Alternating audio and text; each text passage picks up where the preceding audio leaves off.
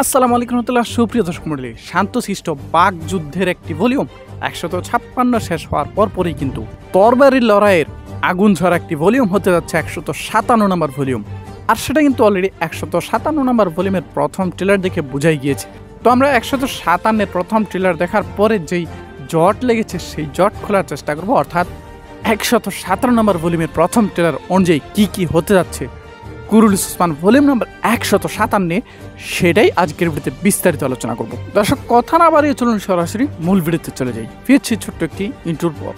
Bangladeshi service দ্বারা Facebook profile, Facebook page অথবা YouTube channel monetize করাতে চাইলে স্ক্রিনে দেওয়া হোয়াটসঅ্যাপ নাম্বারে যোগাযোগ করে 100% বিশ্বস্ততার সাথে কাজ করিয়ে নিতে পারেন।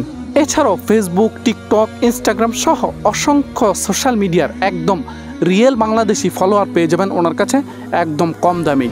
সুপ্রিয় দর্শক, কুরুলুস ওসমান ভলিউম নাম্বার 157-এর প্রথম ট্রেলার একদম প্রথমে আমরা দেখতে পাচ্ছি 156 যেখানে শেষ হয়েছিল, অর্থাৎ বসতিতে ওসমান বের গলায় ইব্রাহিম বের তরবারি ধরে রাখার মুহূর্ত, সেখান থেকে কিন্তু 157-এর প্রথম ট্রেলার দেখানো হচ্ছে এবং সেখানে ওসমান বে ডিরেক্ট বলতেছে, আমার বসতিতে এক ভাই আরেক ভাইয়ের রক্ত ঝরাবে, সেটা মেনে নিব না, সেটা কখনোই হতে দিব না। অনেককে দেখলাম ইব্রাহিম বের পরিচয় নিয়ে দ্বিধায় পড়ে গেছেন, তাই এই বিষয়টা একটু ক্লিয়ার করি। আমাদের গত ভিডিওগুলোতে আমরা বলেছিলাম যে কারামানুল ইব্রাহিম বে আসার কথা, কিন্তু 156 নম্বর ভলিউমে দেখলাম আসলে তিনি কারামানুল না, তিনি জান্দারুলুদের বে। অ্যাকচুয়ালি ইতিহাস অনুযায়ী এখন কারামানুলদের ইব্রাহিম প্রথম ক্ষমতায় থাকার কথা, আর সেজন্য সব মিডিয়াগুলো প্রচার করেছে যে আসলে তিনি কারামানুল বে। কিন্তু পরক্ষণে আমরা এই আপডেটটা পেয়ে যাই যে আসলে তিনি কারামানুল না, তিনি জান্দারুল বে। আর সেজন্য কিন্তু আমাদের ইউটিউবের কমিউনিটি ট্যাবে, আমাদের টেলিগ্রাম চ্যানেলে, আমাদের ফেসবুক পেজে সব জায়গায় আমরা সংশোধনী দিয়ে দিয়েছিলাম যে আসলে তিনি কারামানুল বে না, তিনি জান্দারুল বে। যারা আমাদের সাথে নিয়মিত কানেক্টেড থাকেন আপনারা এই বিষয়টা ইতিমধ্যে জেনেছেন। তো এখন প্রশ্ন হচ্ছে, আমরা দেখেছিলাম জান্দারুলুদের ক্ষমতায় রয়েছেন শামসুদ্দিন ইয়ামান জান্দারুলুর ছেলে সুলাইমান বে, কিন্তু এখন দেখা যাচ্ছে ক্ষমতায় ইব্রাহিম বে। তাহলে আর কিভাবে কি হলো? তার পরিচয়টা হচ্ছে আসলে শামসুদ্দিন ইয়ামান যিনি ছিলেন, শামসুদ্দিন ইয়ামান জান্দার বে, যাকে আমরা সিজন 4-এ দেখেছিলাম, সিজন 5-এ দেখেছিলাম এবং সিজন 5-এ মারা যেতেও দেখেছিলাম। তার ভাই হচ্ছেন এই ইব্রাহিম বে, অর্থাৎ উনি হচ্ছেন সুলাইমান বের চাচা। এখন কথা হতে পারে তাহলে আমরা তো সুলাইমান বেকে ক্ষমতায় দেখেছিলাম, সুলাইমান বে কোথায়? মূলত এখানে সুলাইমান বের পরে ক্ষমতায় এসেছেন ইব্রাহিম বে। ইতিহাসে শামসুদ্দিন ইয়ামান জান্দার বের পরে কে ক্ষমতায় এসেছিলেন এই বিষয়ে উল্লেখযোগ্য তেমন নির্ভরযোগ্য কোনো বর্ণনা পাওয়া যায় না, যার কারণে ইতিহাস থেকে বলতে পারা যাচ্ছে না যে আসলে জান্দার বের পরে কে ক্ষমতায় ছিল। তবে ইব্রাহিম বে তিনি হচ্ছেন শামসুদ্দিন ইয়ামান জান্দার বের ভাই, বর্তমানে তিনি জান্দার বে। যাই হোক, আমরা যে বিষয়ে আলোচনা করতেছিলাম ট্রেলারের দিকে, ট্রেলারে আমরা দেখতে পাচ্ছি বসতিতে এক পর্যায়ে নিজেদের মধ্যে লড়াই সৃষ্টি হয়ে গেছে, তবে সেই লড়াইটা কিছুক্ষণ পরে ওসমান বে নিজেই থামিয়ে দিবে। তো আমরা ট্রেলারে দেখতে পাচ্ছি মেহমেদ বে বনে ঘুরছেন, এর মানে তিনি গঞ্জা হাতুনকে কিন্তু খুঁজতেছেন। 156-এ আমরা দেখেছিলাম শেষের দিকটাতে গঞ্জা এবং আলাউদ্দিন তারা কিন্তু চাপদার তাতারদের ফাঁদে আটকা পড়ে গেছে, কিন্তু এখানে দেখতে পাচ্ছি চাপদার তাতার দাঁড়িয়ে রয়েছে, সেখান থেকে মেহমেদ বে সামনে দিয়ে এগিয়ে যাচ্ছেন।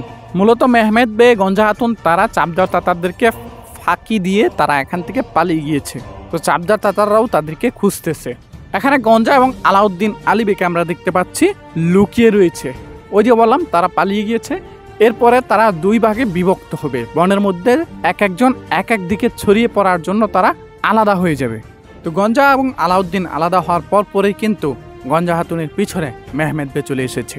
আর মেহমেদ বে যখন বসতি থেকে বেরিয়েছে, সাথে সাথে কিন্তু ওরহান বেও বেরিয়েছে, কারণ ওই যে আলাউদ্দিন বেকে ধরতে পারলে তো মেহমেদ বে আস্ত রাখবে না। তো এখানে মেহমেদ বেকে ইচ্ছা মতো পেটালেন, এক কথায় চোখের শান্তি পিটানি। এদিকে দর্শক, ওসমান বে আবার উচ বাজারে যাবেন, উচ বাজারে গিয়ে সেখান থেকে আবার তিনি বনে যাবেন আলাউদ্দিন বেকে উদ্ধার করতে। এদিকে আলাউদ্দিন বে তাতারদের হাতে কিন্তু ধরা খেয়েছে, তাতারদের মধ্যেও কিন্তু দুইটা গ্রুপ হয়ে গেছে, একটা গ্রুপ আলাউদ্দিন বের পিছনে আর একটা গ্রুপ গঞ্জা হাতুনের পিছনে। এর মধ্যে তাতারদের হাতে খুব বাজেভাবে আহত হচ্ছেন আলাউদ্দিন বে। এখানে আলাউদ্দিন বেকে ওরহান বে হয়তোবা উদ্ধার করতে পারে, যেহেতু ওরহান বে অলরেডি মেহমেদ বেকে পিটিয়ে আলাউদ্দিন বেকে খুঁজতে শুরু করেছে।